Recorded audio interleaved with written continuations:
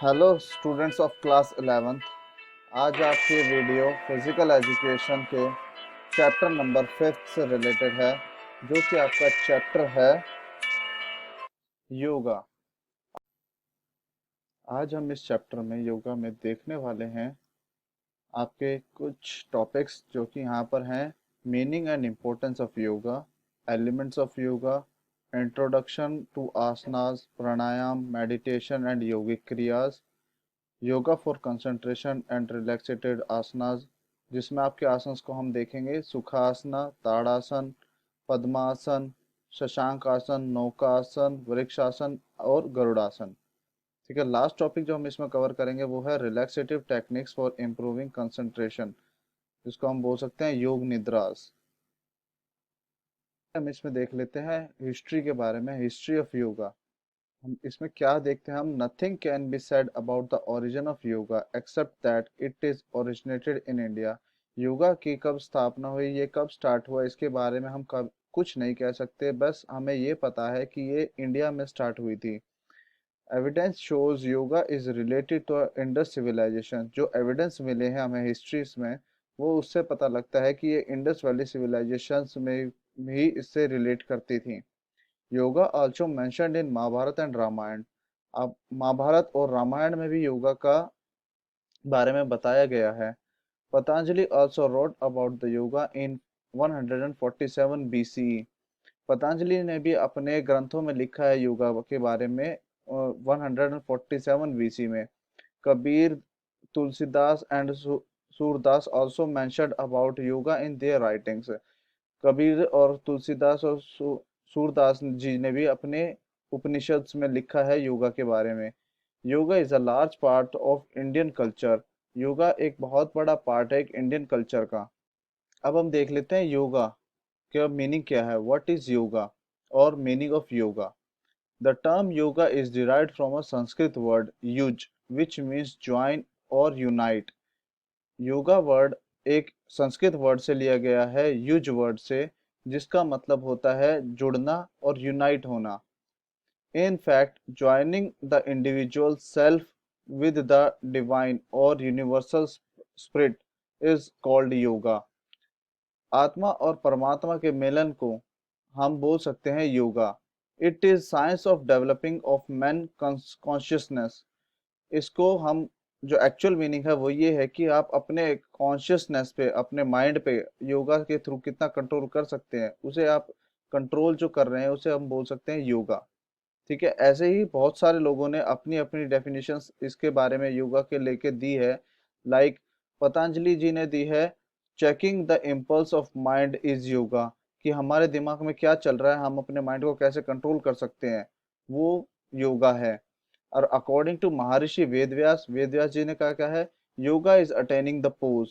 योगा है एक जो हम आसन परफॉर्म करते हैं वो योगा है, या फिर उस पोस्चर को जिसमें हम अच्छे से बैठ सके, अपनी बॉडी का अच्छे से देखभाल कर सके, उसे हम योगा कह सकते हैं। In Bhagavad Gita lord Krishna says skill in action और efficiency along is yoga. Bhagavad Gita ने भी भगवान कृष्ण ने बताया है कि जो आप कार्य अच्छे से कर सकें वही योगा है। नाउ अब हम देखते हैं इम्पोर्टेंसेस ऑफ योगा। योगा की इम्पोर्टेंस क्या क्या है। Now importance of yoga. अब योगा की क्या क्या इम्पोर्टेंस है, पहला है physical, second social, third mental and fourth is spiritual. अब फिजिकल के अंडर क्या क्या आता है, physical purity, prevention from diseases, beautification of body, correct body posture, development of muscles, increase the efficiency of heart and lung, increase in flexibility. And social में develop of social qualities, develop social relationships. Now in mental, reduce mental tension, provide relaxation, develop concentration power, increase memory power, increase willpower. And अब spiritual में देख लेते हैं।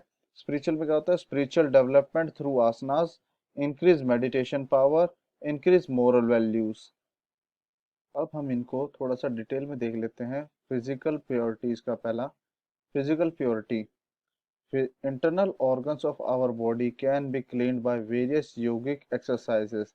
हम बहुत सारी योगिक exercises के थ्रू अपने इंटरनल ऑर्गन्स को साफ कर सकते हैं, जैसे कि इसमें दे रखे हैं पहला नोली, धोती, बस्ती, kapalbhati, त्राटक are the yogic exercises or षटकर्मास that keeps the internal organs of our body in a clean state. इन सारी योगिक क्रिया से या फिर षटकर्मा से हम अपने इंटरनल ऑर्गन्स को अच्छी तरीके से साफ कर सकते हैं। सेकंड देख लेते हैं प्रिवेंशन फ्रॉम डिजीजेस और cure from diseases. There are various diseases which usually hamper or smoothing functions of body. Various yogic exercises increase the immunity power of an individual.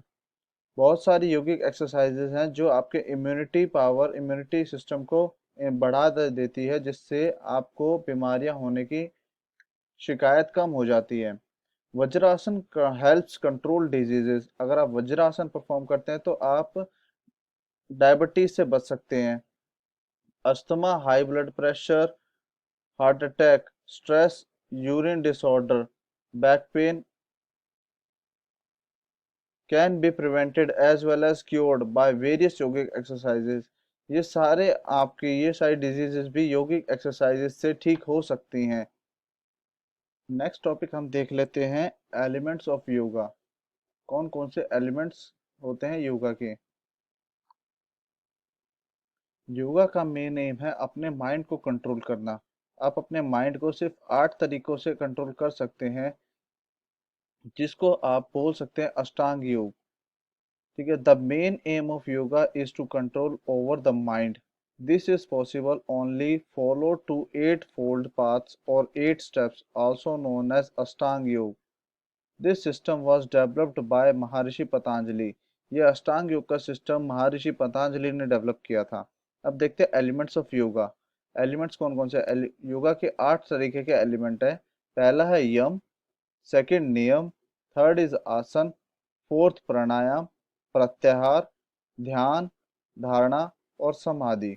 अब इसमें देख लेते हैं यम को भी हमने 5 पार्ट में डिवाइड किया है।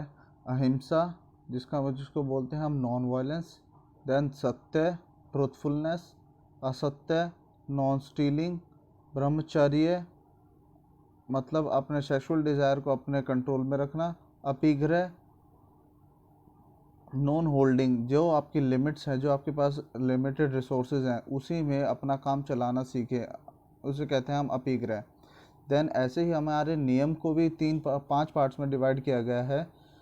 स्वच्छ मीन्स अपने आप को साफ रखना, बॉडी को बाहर से और अंदर से दोनों तरफ से साफ रखना।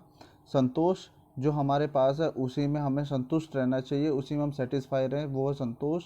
देन तप, जो भी आप एक्सरसाइज परफॉर्म करेंगे कुछ भी अपने एम को अचीव करने के लिए, वो एक्सरसाइजेज जो एक्टिविटीज़ आप कर रहे हैं उसे आप बोल सकते हैं तप। देन द नेक्स्ट इज स्वाध्याय। स्वाध्याय को हम बोल सकते हैं महान वेदों का अध्ययन करना या फिर उन्हें पूरी भक्ति के साथ पढ़ना, ग्रंथ उपनिषद या फिर गीता को पूरी भक्ति के अनुसार पढ़ना। ये एक तरीके की पहली आपकी स्टडी है जिसको आप उपनिषद कह सकते हैं। और दूसरे टाइप की जो स्टडी है वो उसमें आप पढ़ते हैं अपने आप के बारे में। ठीक है, उसको हम बोलते हैं स्वाध्याय। नेक्स्ट और लास्ट नियम का जो पार्ट है उसको बोलते हैं ईश्वर प्रणिधान। ईश्वर प्रणिधान है to dedicate all the deeds to God, it called Ishvara प्रणिधान।